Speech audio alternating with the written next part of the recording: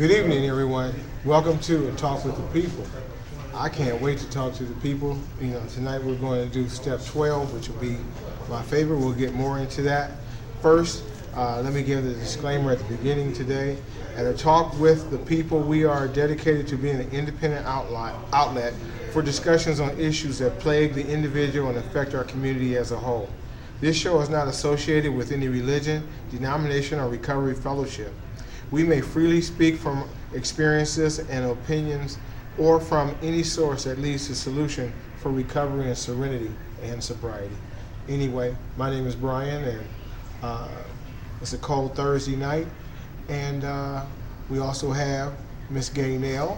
Good evening, everyone. We also have Deacon, future minister, Reverend Dr. Chicago Brown. Just a humble brother. They call me Earl.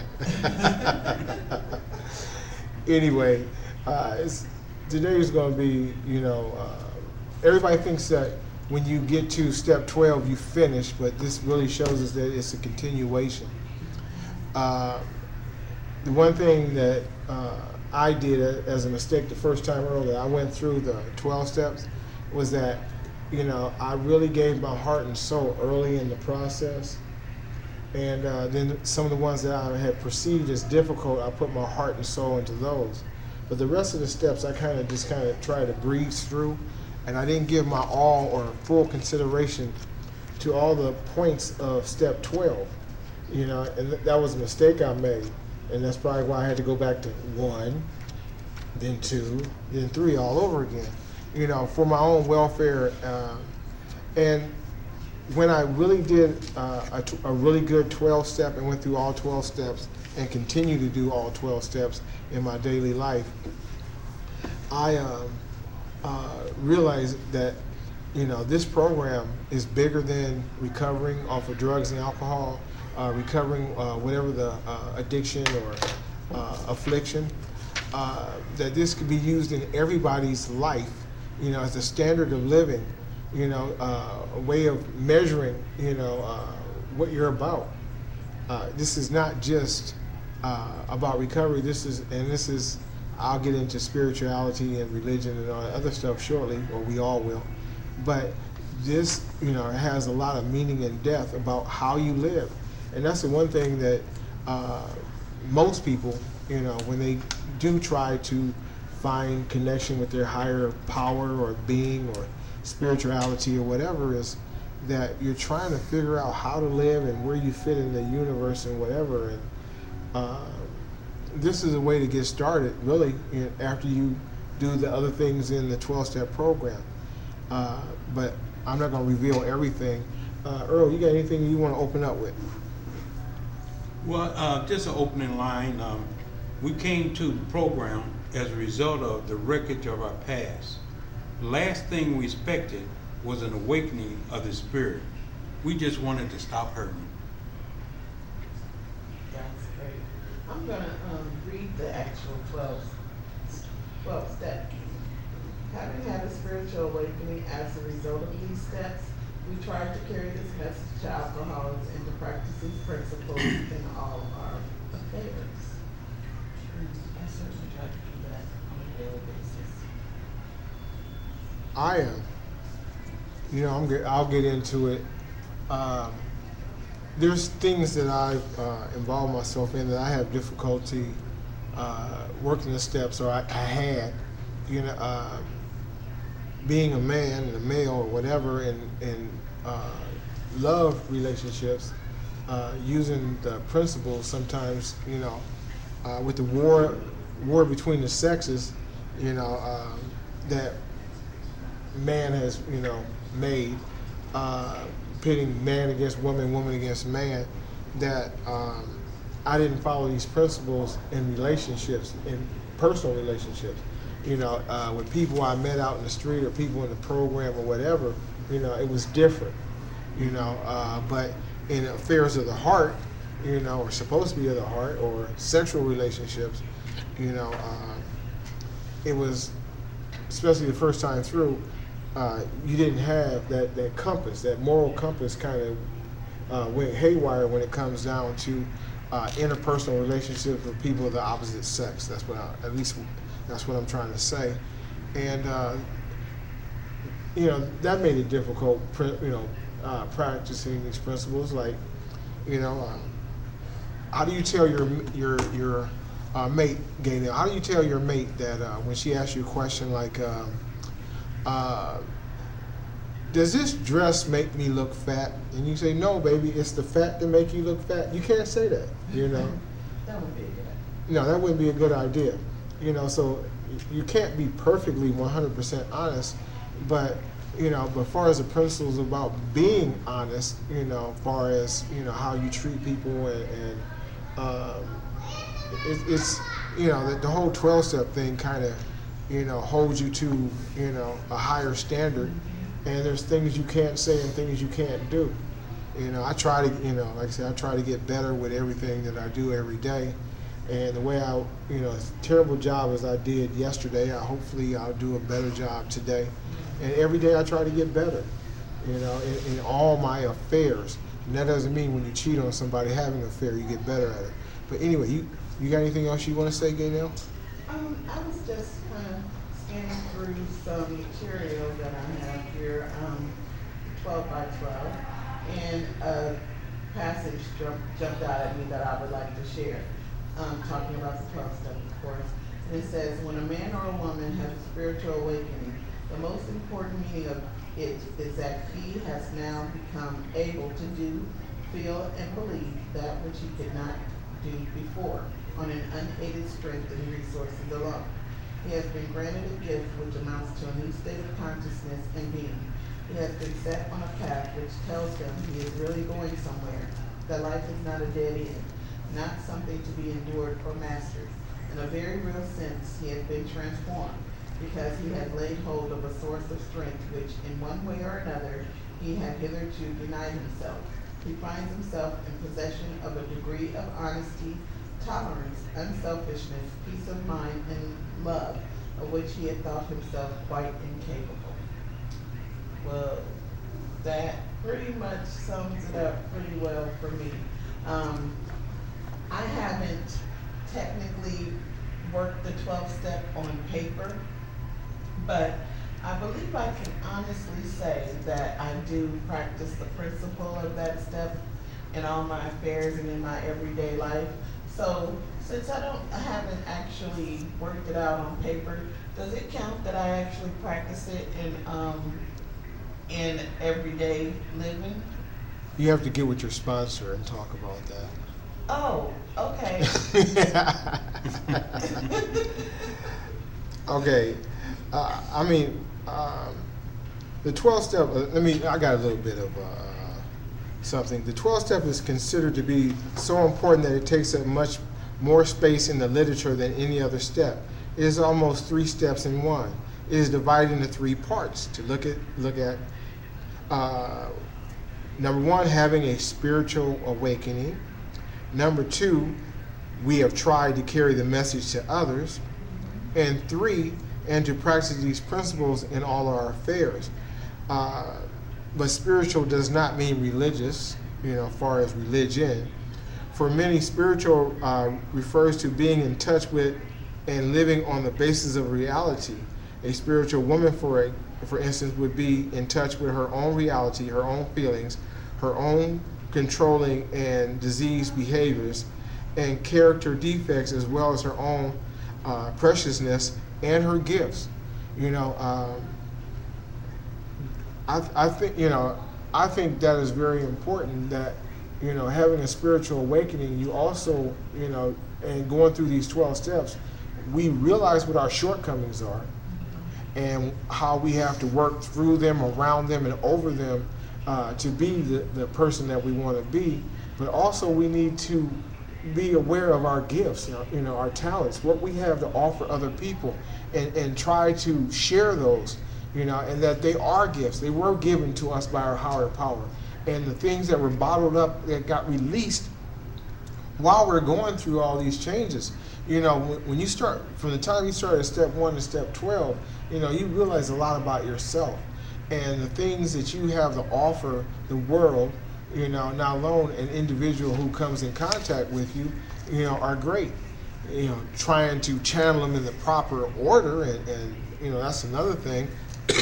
And some things that you may have to work out with your sponsor on how you use your gifts. But the whole, it is very, very important to learn how to treat others, and and also, like, how do you treat others, and what do you offer somebody? You it's a lot, but it's also, you gain a lot. You get so much, out of helping others.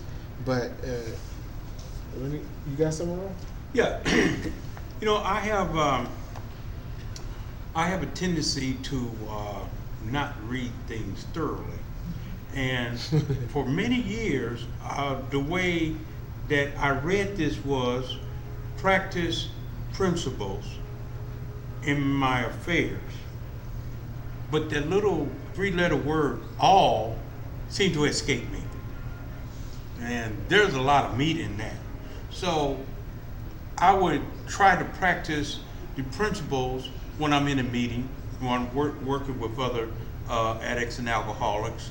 But it took some maturity and recovery for me to realize that that all also means in my relationship. It also means have some principles in my dealings on the job. It also means having principles, using principles, these 12 spiritual proposals, to dealing with others in my life, and even dealing with my kids. Now, one of the steps, it says, make direct amends to such people whenever possible, except when to do so would injure them or others. Well, I found myself having, on more than one occasion, having to make amends to one of my children. Man, that took some growth to say, I'm sorry for the part I played in the conflict that we were having. And then I had my kids on those 2 different times that I'm talking about come back and say how much that they appreciated me, allowing them to be considered to be a full human being, and me not being the tyrant in the house, the dictator in the house. And I don't think tyrant and dictators or qualities that I've gotten out of these 12 spiritual proposals. I think that's some earlyism. and I'm trying to let that selfishness and self-centered die daily. But my point is, it says all in all our affairs, in every area of our life. If we practice these principles, we can begin to see ourselves different, and others will perceive us to be different. Definitely. But that's a tall order. That is a very tall order to practice these principles in all our affairs, all the time, every single day, every minute of the day. Sometimes I feel like, do I really have to be principled today? Because really, I want to put these principles on a kickstand right now and tell you off and really not be nice about it. But as soon as I start thinking that way, and as soon as I start feeling that way, I really do have to do my best to back myself up. And luckily, thankfully, I'm grateful that that doesn't happen very often. The way I live my life today really doesn't put me into those types of situations very often anyway. I do a lot of service work in my day-to-day life. I work with other suffering addicts every single day, and I try to be that example for them that's so new in the program and really don't even know anything about the program. So for me, I really have to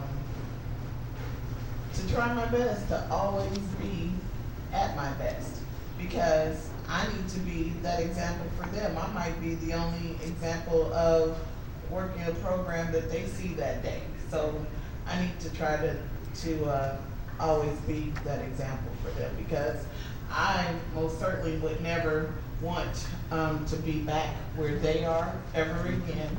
And I would really love to share with them what was so freely given to me. And so that's why I had to do my best to be for them. But then at the same time, you know, I have to be careful to have those boundaries too, and not allow myself to get worn out and overused and totally depleted. So sometimes I do have to be selfish and just go away, close the door, lock the door, and put a do not disturb sign on for a minute and just kind of unwind and de-escalate and just, you know, get away for a minute. I have to do that sometimes. But it's really kind of hard because I actually live with these people and they are kind of needy. So, But even and I know we're not trying to get religious or whatever, but referring to that the book, you know, the Bible, you know, it does talk. You know, when it describes like Jesus got away from everybody and then he came back. You know, they were on a ship and Jesus walked the water and came to them. He had to leave them for a while and come back. You know, and you have to regroup. You know, you got to have a balance. You know, when you have nothing to offer, you got to go recharge. yes. Step 12 gives me the satisfaction of helping others. I am uniquely suited to help others that have suffered the same addiction as I have suffered with. Although I didn't plan on being in the role of a recovering addict, I find myself in that role because of the choices that I have made. It now becomes my duty as well as my joy and privilege to find others suffering in a similar way to help them in the best way that I know how. It completes the cycle of life, and I get to play a wonderful part in it. The joy of living is a theme of 12 step, and action is its key word. We turn outward towards our fellow alcoholics or addicts who are still in distress. Here we experience the kind of giving that asks no reward. Here we begin to practice all 12 steps of the program in our daily lives so that we and those about us may find emotional sobriety. When the 12th step is seen in its fullest implication, it is really talking about the kind of love that has no price tag on it. It also talks about the selfish service of this work is the very principle of the 12th step. We receive our recovery from God and our understanding, so we now make ourselves available as His tool to share recovery with those who seek it. Most of us learn in time that we can only carry our message to someone who is asking for help. Sometimes the only message necessary to make the suffering addict reach out is the power of example. That's what you were just talking about. An addict may be suffering but unwilling to ask for help. We can make ourselves available to these people so that when they ask, someone will be there. Learning the art of helping others when it's appropriate is the benefit of the program. Remarkably, the 12th step guides us from humiliation and despair to a state wherein we may act as instruments of our higher power. We are given the ability to help a fellow addict when no one else can. We see it happening among us every day. This miraculous turnabout is evident of a spiritual awakening. We share from our own personal experience what it has been like for us. The temptation to give advice is great, but when we do so, we lose the respect of newcomers. This clouds our message. A simple, honest message of recovery from addiction rings true. Yeah, Brian, let me touch on a little point. It says, not a little point, it's a large point. Having had a spiritual awakening as a result of these steps, we try to carry the message. Okay, it doesn't say that, but it is definitely implied, and it came out in what you were reading. Carrying the message is service work. Yes. And those of us who've been around for a few 24s, we know that, and we have heard it said that you can't keep it if you don't give it away. So now when we talk about service work, which is carrying the message to the newcomer and other addicts, how many different ways are there to practice that concept of service work? Infinite. Yeah. Yeah. You can practice this service work just when you pick somebody up and take them to a meeting, just when you take some time to talk to somebody whose heart might have touched you while you're in the meeting, being on a committee that helps you prepare for the Thanksgiving Day dinner that your group might be giving, or preparing for one of the dances or one of the conventions that we do annually, service work and the opportunity to do service work and be in service to others are infinite. And I do believe that if we do not avail ourselves to doing service work, well, like it says, if we don't give it away, we can't keep it. Oh, and I am definitely a witness to that. Definitely a witness to that. For years, I just showed up in the rooms, didn't do anything.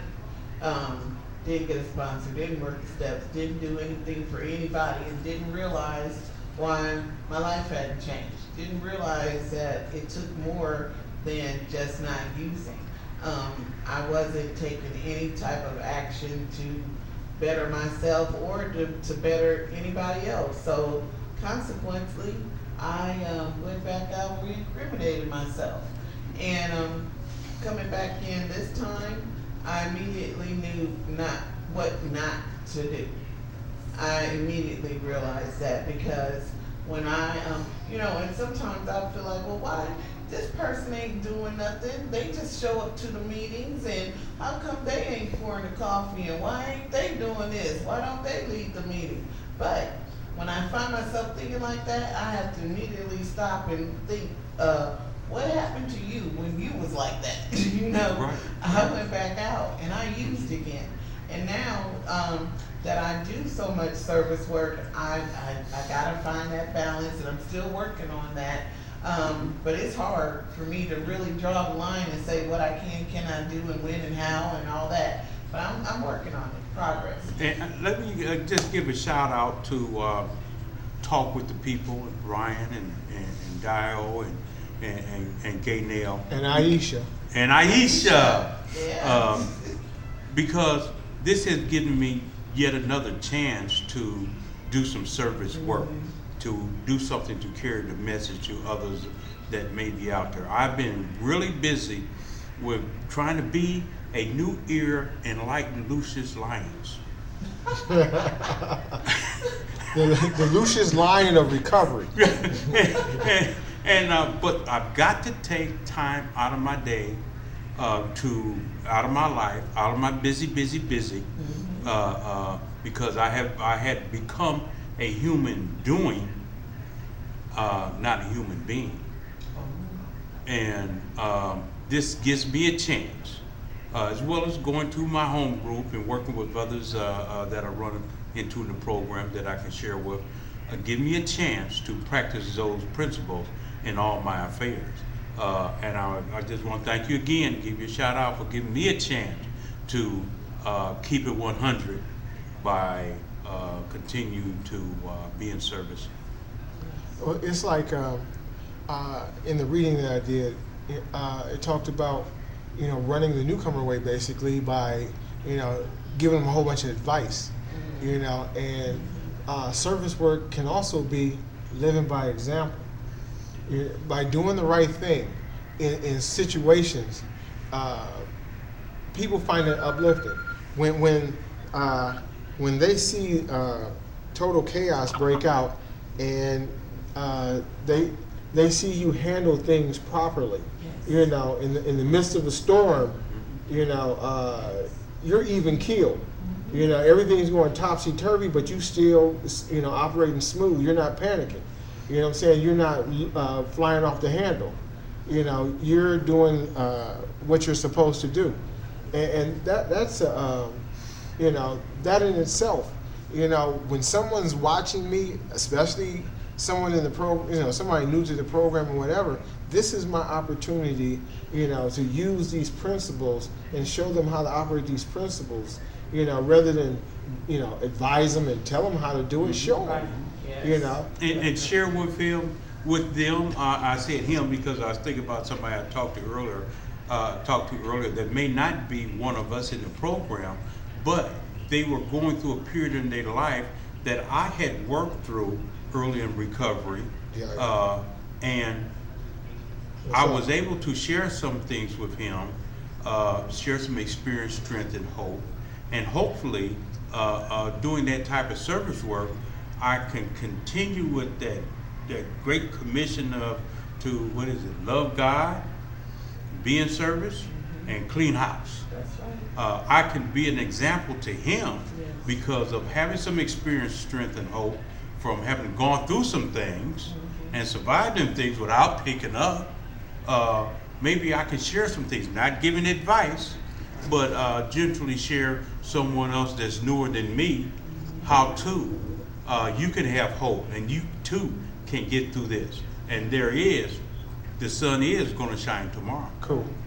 We plant those little seeds, and it's so rewarding when we begin to see them take root and begin to see that light come on in somebody else's eyes, and know that they're really trying to grasp on to this program and taking necessary action that they need to take to change their lives.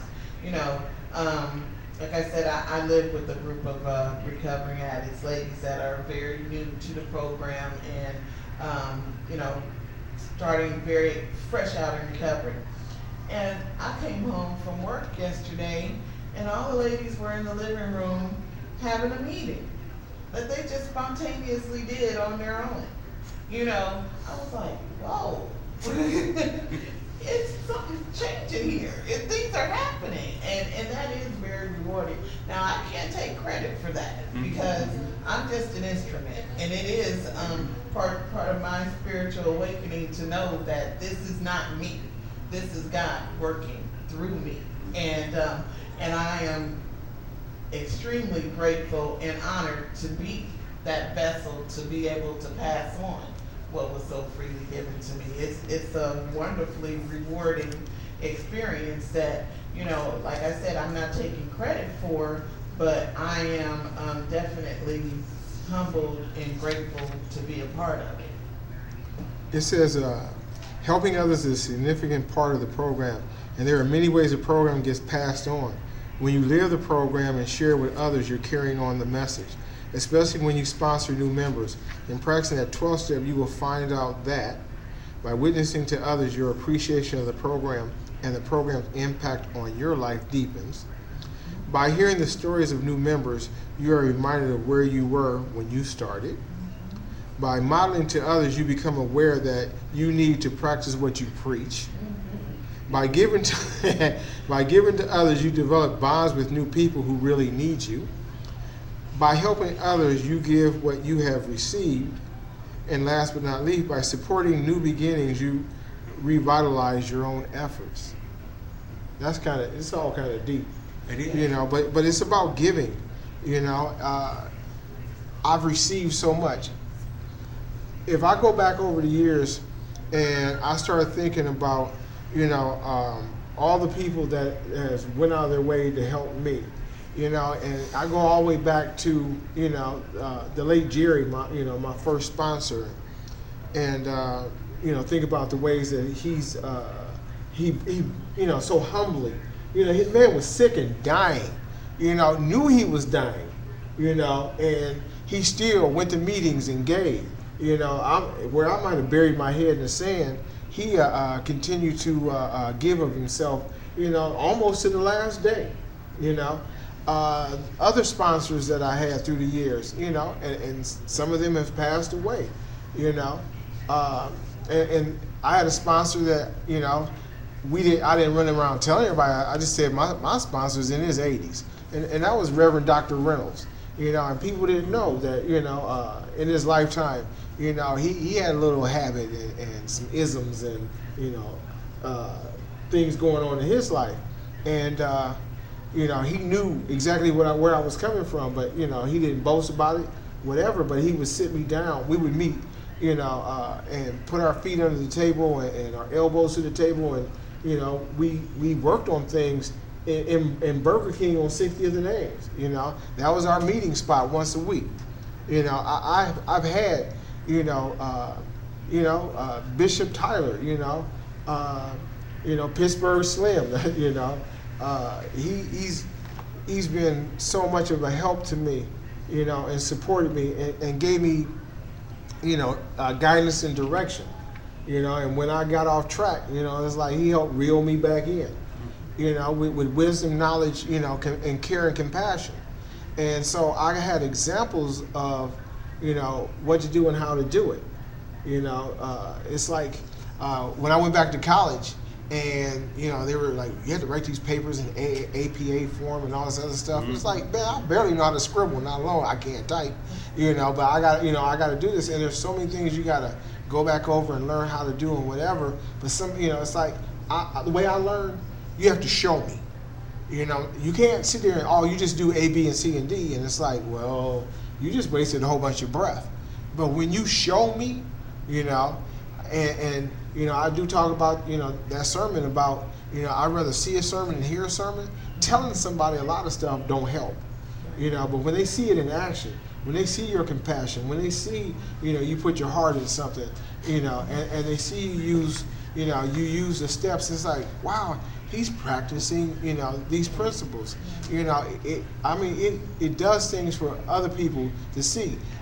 What I was trying to say earlier was that when I had a lot of issues in my life, I thought when I entered the program, and I thought, those were all so terrible, all my, all the historic things that happened in my life. They are a small matter compared to the things that happen. Since I've been in the program, burying parents, grandmother, burying siblings, burying children, losing things, having all kinds of things, I'm telling you, the worst days of my life happened in sobriety. The worst days of my life. The worst days of my life.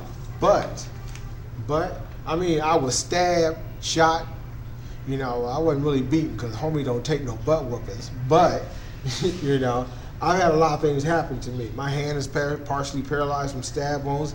I look like Dr. Frankenstein's creation underneath my clothes from all the surgeries that I had, and all the near-death experiences I've had, all happened sober, all happened in sobriety. And I had to lean on those people that I talked about earlier for the advice on how to get through it, and it was never me. I never really got myself through anything, but the people that God directed in my path, the program, just little stories. You'd be surprised.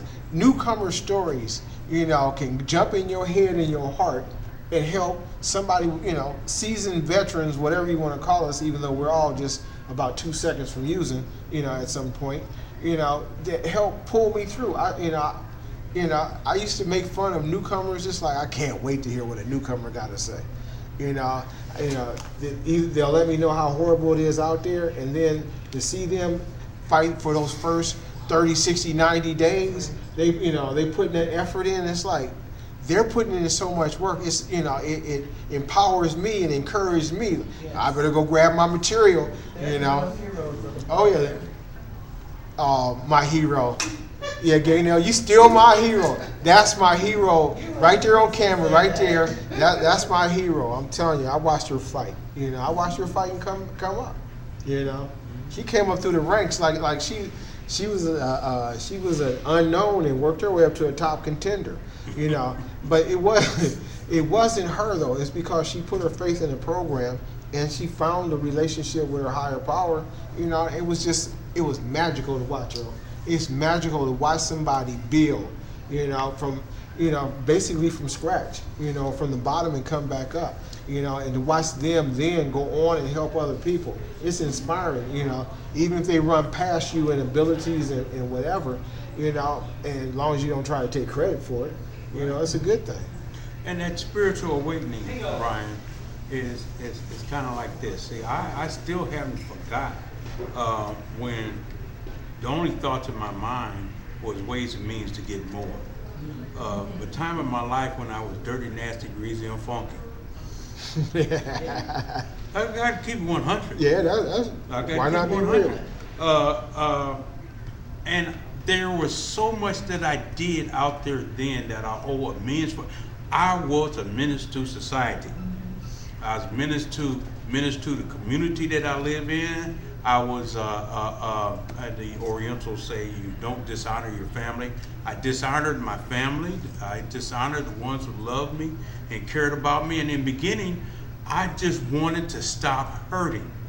But as a result of these 12 spiritual proposals, and by staying clean, as it says here in the book, we began to practice spiritual principles such as hope, surrender, acceptance, honesty, open-mindedness, willingness, faith, tolerance, patience, humility, unconditional love, sharing and caring. As our recovery process, spiritual principles touch every areas of our life. I'm really thankful that I found this life-saving program and I found a new way to live. Now today, I have a whole different set of principles, not ways and means to get more, but I have these 12 spiritual proposals that allow me to become a better person and find a new way to live.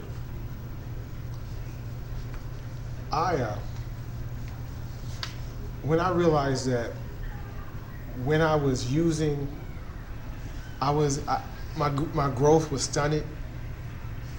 I'm not trying to offend somebody who does use, but you're not growing as a person, but you think, Earl, you're sitting around like Cheech and Chong, smoking up a storm, and you really believe that, you're having these deep, rational thoughts running through your head, that you have visions that no one else has, and that you have found the clear path, to your destiny, by, the drugs and whatever. And the only thing you've done is stunted your own growth. Remember they used to tell everybody, don't, when you were a little kid, if you smoke a cigarette, you're going to stunt your growth. You're going to be short all your life. Well, I'm 5'8", so I never did grow. But, there's another growth that you stunt. Your emotional growth. That's right. So it's like, when I start counting, years of sobriety, it's like, okay, I'm 1 year old now, y'all. I just kind of learned and got something up under my feet. I'm a toddler now. I graduated to a junior toddler. And all the way up, and it's like, okay, all the way up till you reach those years, those double-digit years and all that. You're not grown up. I haven't, I'm still a Toys R Us kid. I've got room for growth. I got to keep growing. My quest for learning got to, continue. I have not arrived. Like I said, going through the 12 steps, I've hit step 12. I'm growing. I don't have to go to another meeting or whatever. I don't need a sponsor anymore. Hey, it was nice. It was real. See ya. And you see those people, fall by the wayside, or they get new addictions. They go from one form of addiction to another. Their lives are feeling incomplete, and they blame the program. I didn't get nothing out of it. You didn't put nothing into it. The only thing you're going to get out of the program is what you put into it. If you give a half-hearted effort, then that's what you got. If they said, well, I was going to the meetings and I was trying to do the steps and I still relapsed. Well, I don't, are you sure? Did you really give it your all? And it's hard for, it's hard for me to admit, okay, well, when you had the urge to use, did you call your sponsor? Did you hang around with other people in the program, or did you hang around with those still using? When you got tempted, did you call Earl? Did you call Brian? Did you call Gaynell? Did you drop down on your knees? Did you call on your higher power? There's so many, there's a laundry list of things you didn't do, but you want to blame the program didn't work for you. Brian, doesn't it say somewhere in one of the readings, rarely have we seen a person fail? What's the rest of that, Gaynell? Who has thoroughly followed our path. That's right. I want to say never, but Right. Right. It's impossible for me to relapse and be practicing these principles at the same time. It's impossible because right now, today, knowing what I know and realizing that what I know is very little about recovery, really, I am still an infant in this program. And at the same time, I know that if I keep on this path that I'm on, that the best is still yet to come. But if I abandon those spiritual principles, then I'm going to fail. It's a given. I'm going to fail. But as long as I follow them to the best of my ability and be fearless and honest and thorough from the very start, then I got a chance at this, that I can continue on and grow in my recovery and not fail. I can live. It's a wonderful thing. I love this so much. I mean, my life is, I never thought it was possible to feel so fulfilled in life. I never imagined that I would ever feel this way. Never.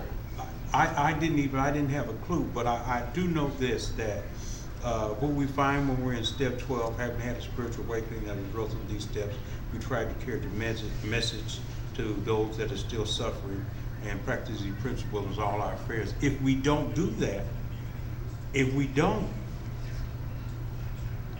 seek prayer through prayer and meditation to improve our conscious contact, if we don't continue to take a personal inventory, if we don't make direct amends, if we don't make a list of persons we've harmed and have some regret, if we don't humbly ask him to remove some things from us, if we are not entirely ready to have these things removed, if we do not admit to God and to another the exact nature of our wrongs, if we do not make a serious and fearless moral inventory, if we have not made a decision to turn our will and our lives over, if we have not come to believe that a power greater than itself can restore us to sanity, if we have not admitted that we're powerless over our addiction and our lives are unmanageable, then we're in a relapse mode. Most definitely. Most definitely. At this point, if I ever go use again, it wasn't a slip, it was a decision. Yeah. It's a decision if I go use again. That's a decision, because today I know better. Today I know that I don't ever have to use again, one day at a time. And just like you just said, Earl, as soon as I stop doing all 12 of those things that you just mentioned, I might as well just put all my stuff in a U-Haul truck and take it to the dope man and just get that one big one. You know what I'm saying? I might as well. Because that's where I'm gonna go. He gonna get it all anyway. All right. Because I'm deciding to walk away and give away my life as it currently is if I make that decision to go use today. I know that. I mean, if I lose it all, if I lost it all, if I lost family, friends, money, home, became homeless, if I went all the way as to the bottom, I still would not, feel like using is the option that I should take. No. Right. And it's like being around people while they're drinking and using. There was a time when it looked appealing, and then it went from being appealing to appalling, and I would have moments of jealousy, or I'd get angry. Why can they have a beer on a hot sunny day, and why can they do this? And he used up half his paycheck and didn't use the other half, and I could do, and it's like I had all kinds of ridiculous thoughts run through my head, But as time went on and I matured, it's like I have no desire. I was in Puerto Rico and got in a van, and it's like, all right, we're going on a tour. We're going to go see San Juan. So I'm like, yay, we're going to go see San Juan's, whatever.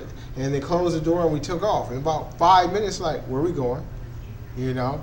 Couple minutes, nobody said anything. Everybody looked around at each other. It's like, hey, where are we going? And it's like, we're going to the Bacardi rum factory. It's like, really? Now, that was the nicest thing I said for about 5 minutes. Everything else I said, Earl, was not nice, and you need to put the children to bed and not let them hear what I was saying. But, I became angry. Why would you take a recovering addict alcoholic to the Bacardi rum factory and then get there and they want $45 to go through and take sips of, $0? yeah, Wait a minute, pay. You know what I'm saying? It cost a total. Round trip. It cost me $30. 21 way, 10 the other, and then it was like $45 to go through to the factory, and they give you some shots of rum that they don't sell in America, and one rum they don't sell anywhere. Then they teach you how, for this $45, how to make these 3 drinks out of rum, and it was like 95 degrees outside. It's probably 65 degrees inside. And then they come out in the hot sun, the sun hit them, they was done. You know what I'm saying? You could have just got a spatula and flipped them over. Or stuck a fork in them. No. I stayed outside with my friend and the security guard and watched iguanas run around the grass. There was no way I was going, but it's watching, all the time on the cruise, everybody going to the bar and getting smashed, and it's like, is that really fun? Really? I mean, I don't know. It's just me. Not because of anything else, but I just don't, I just feel like I've matured past the point, and also, being matured past it, it looks silly when I watch it, but I'm to the point where, why? I don't want to kill me. I like feeling my, I like touching my skin and feeling how it really feels. I like feeling joy and all the different emotions. I like being aware of everything that's going around me. I like looking at the sky and it looks blue. Not looking through rose-colored eyes because they're so bloodshot. I really like life, and I like being me. When I used and I drank, there was something about me that I didn't like, that I needed to die. I needed it to die, and I don't need to kill it anymore. I just don't need it. Right. So I don't feel like drinking and drugging is necessary. When I was a little kid, did you ever, how they put their head on the baseball bat and spin around in a circle, and then you get dizzy and you fall down? Mm-hmm. Or, no, I'm even dumber than that. I remember they had a big tractor tire, and you get inside, you put your arms out and whatever, and they roll you around, and then everybody rolls you farther than you wanted to go, and now you're really, really dizzy. It was funny when I was a little kid. I don't need to be dizzy anymore. Right. And today, the feelings that I feel are my genuine feelings. Yeah. This is the way I feel. This is it, whether it be happy, sad, mad, glad, tired, whatever. It's my real, genuine feelings. When I was using, first of all, I was pretty much numb. I didn't feel anything. And what I thought I was feeling was this manufactured sense of whatever it was I'm thinking I'm feeling, because I felt like I had to produce it with some kind of chemical, or the drugs, or the alcohol, or something outside of me I was using to produce that effect that I thought I needed at that time. But today, I can feel, I can be me, I can, whatever it is. And sometimes that really sucks. Sometimes it really sucks. But at the same time, I know that it will pass. I will get through it. I know it. I saw this little plaque somewhere one day, and I can't remember where I saw that, but it says that faith is not knowing that God can, it's believing that He will. And I know that as long as I hold on to that, and that whatever I'm going through will pass, I'll get through it, and I'll be okay on the other side, and I don't have to get high. I don't have a need to be high. No. But even in my failures, being sober, the only thing about being high is that a period of time passed. Well, I done messed around, Earl, and got old enough to where I ain't got a lot of time left. And the time that I do have left, if I do live a long time, it's like when remember, Earl, when you go outside and you play with your friends and rode bicycles and shot baskets and all that other stuff, and then one day you did it, and aches and pains happened, and you had to surrender to court, because like I was watching my oldest son play basketball, right? And he's in the 40 and over league, right? And the ball went out of bounds, and I grabbed the ball, and the dude in the 40 and over league said, hey, old school, throw me the ball. You know, and it's like, I'm old school to over 40. I thought I was one of the boys, you know. And so I surrendered the basketball court. I've been since, you know, I've been for almost 30 some years. I had to give up the football.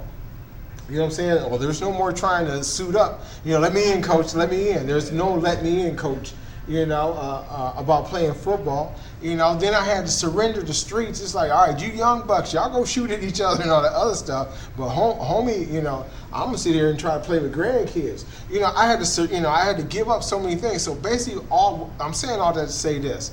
You know, I don't have a lot of time left. I don't have a lot of time that I have pep, you know, a little pep in my step and vitality. And whatever I got left, I'm not gonna waste it numb. You know, I want to experience everything I can. When I was on that cruise, you know what I'm saying, I tried to see every little texture of every palm tree. I looked at the leaves and whatever. I looked at each blade of grass. I looked at the color of the water and tried to see what every little fish was floating around in that crystal clear blue water. You know what I'm saying? I looked at the sky, and the sky looked a lot clearer when it ain't full of smog, you know, and fall, you know, all that. It's like I try to enjoy life, you know, where I thought I was enjoying life, you know, stoned out of my mind. You know, I was missing so much. You know, you don't have to miss anything. You know, I like I said, I know this is a 12th step. You know, and we've been through from 1 to 12, and we might need to go back to 1 and do it all over again, like you know we had. But the whole thing is there is life after the 12th step.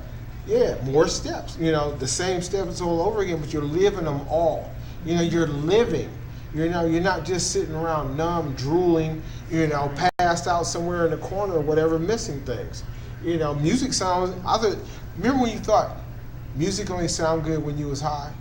And you barely remember what you heard, you know, but, you know, everything, you know, works out a lot better. And everyone who sees this show, we're not trying to put you down, we're trying to raise you up. Oh, yeah. Thank you, Brian. My epilogue is this, going back to the literature. As addicts, we are people whose use of any mind-altering, mood-changing substances cause a problem in any area of our life. Addiction is a disease that involves more than the use of drugs. Some of us believe that our disease was present long before the first time we used. And this last piece comes from Who's an Addict? Most of us do not have to think twice about this question. We know. Our whole life and thinking was centered in drugs in one form or another. The getting and using and finding ways and means to get more. We live to use and use to live. Very simply, an addict is a man or woman whose life is controlled by drugs. And let me repeat something I heard the preacher say. Let me drop a bomb as I go over this territory. Alcohol is a drug. We are people in the grips of continuing and progressive illness whose ends are always the same. Jails, institutions, I gotta add one more thing, death and dereliction. Ooh, I used to laugh at the word derelict. You know, oh, he's a social derelict. He has nothing to offer the world. I have something to offer, and so does everyone. You know, and it's like, you never know. The act of kindness someone might do to for someone might be the act that, you know, catapults and changes the world. You know, like the birth of Christ changed the world with Christianity spread throughout the world. Let me do an original prayer. God, give me the grace to accept with serenity the things that cannot be changed, courage to change the things which should be changed, and the wisdom to distinguish the one from the other. Living one day at a time, enjoying one moment at a time, accepting hardships as a pathway to peace. Taking, as Jesus did, this sinful world as it is, not as I would have it, trusting that you will make it all things right. If I surrender to your will, so that I may be reasonably happy in this life, and supremely happy with you forever in the next life. Amen. I mean, just there are so many things that I have to be thankful for, and I like to thank God for the 12-step program. you know, and it is a spiritual program.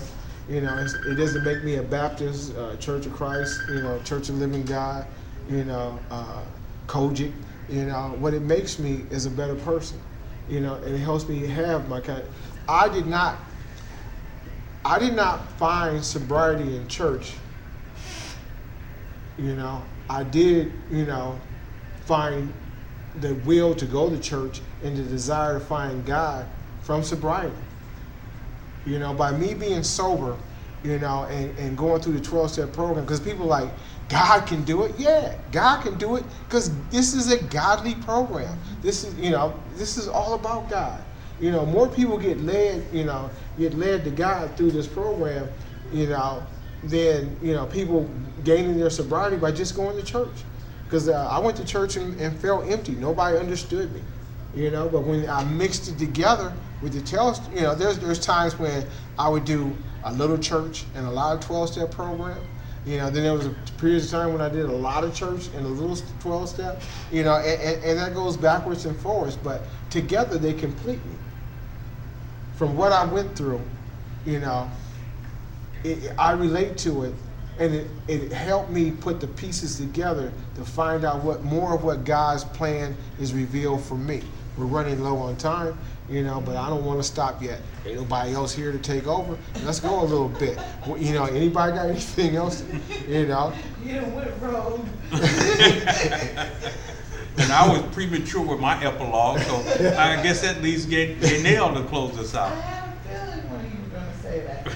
I just had a little text here that stood out for me, and it sums up the 12 steps. Understanding is the key to right principles and attitudes, and right action is the key to good living. Therefore, the joy of good living is the theme of the 12th step. That's it. Thank you, Gaynell. Thank you, Gaynell. But before we sign off, what I'm going to say is, I want to say hello and what's up, and the Black Panthers are coming to. It's a joke. It's a joke that my junior high school principal knows what I'm saying. To Mr. Smith, you know, Earl, in 7th grade, you know, I sounded an alarm. The Black Panthers are coming. The Black Panthers is coming. He's panicking and whatever. I fell out on the floor laughing. But anyway, you know, dear Mr. Smith, you know, I love you, you know, like family, and I know you're watching the show in Iowa City, so shout outs to Iowa City. Chicago, you know, I hope my pastor gets to hear this, and I can, you know, I'm not ashamed of anything I've said, you know, but my pastor, who's also known as Sister, you know, I miss y'all, you know, to my friends in Portland, Columbia, South Carolina, I'm trying not to leave out anybody, Fort Lauderdale, Florida, somebody I'm leaving out a city. Anyway, even though I've been in recovery, maybe I did lose a few brain cells along the way. But anyway, to everybody who watched this program, we've done this program from the heart, off the cuff. You know, it wasn't planned, scripted out, or whatever. You know, we done this, you know, to be a benefit to others, and we receive the benefit of sharing the message, and which also got us into looking at our literature and sharing with one another, you know, and it even helped Gaynell get through her 11th step without writing it down on a piece of paper. So I know her sponsor is really proud of her. You know, there's so many miracles that happen along the way. While we're doing this program in our own lives, we've dealt with problems and issues, you know, since we started this show. And we're going to continue to do this show. We may go back through the steps again, but we'll go to topics. We will get to the point of some call-ins very soon. So we have a lot going, you know, and like I said, it's never about us. It's always about you, the listener, and those who, you know, want to recover, those who want to know more about recovery. You know, this is really your show, you know, and we're only an instrument that God uses, you know, for His will, not our own. Anyway, talk with the people. You know, this is your show, and I'm ready to call it a good night. I love everybody. Peace.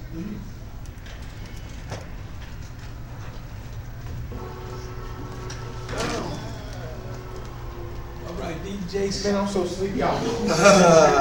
Deja vu. Yes, sir. Yes, sir.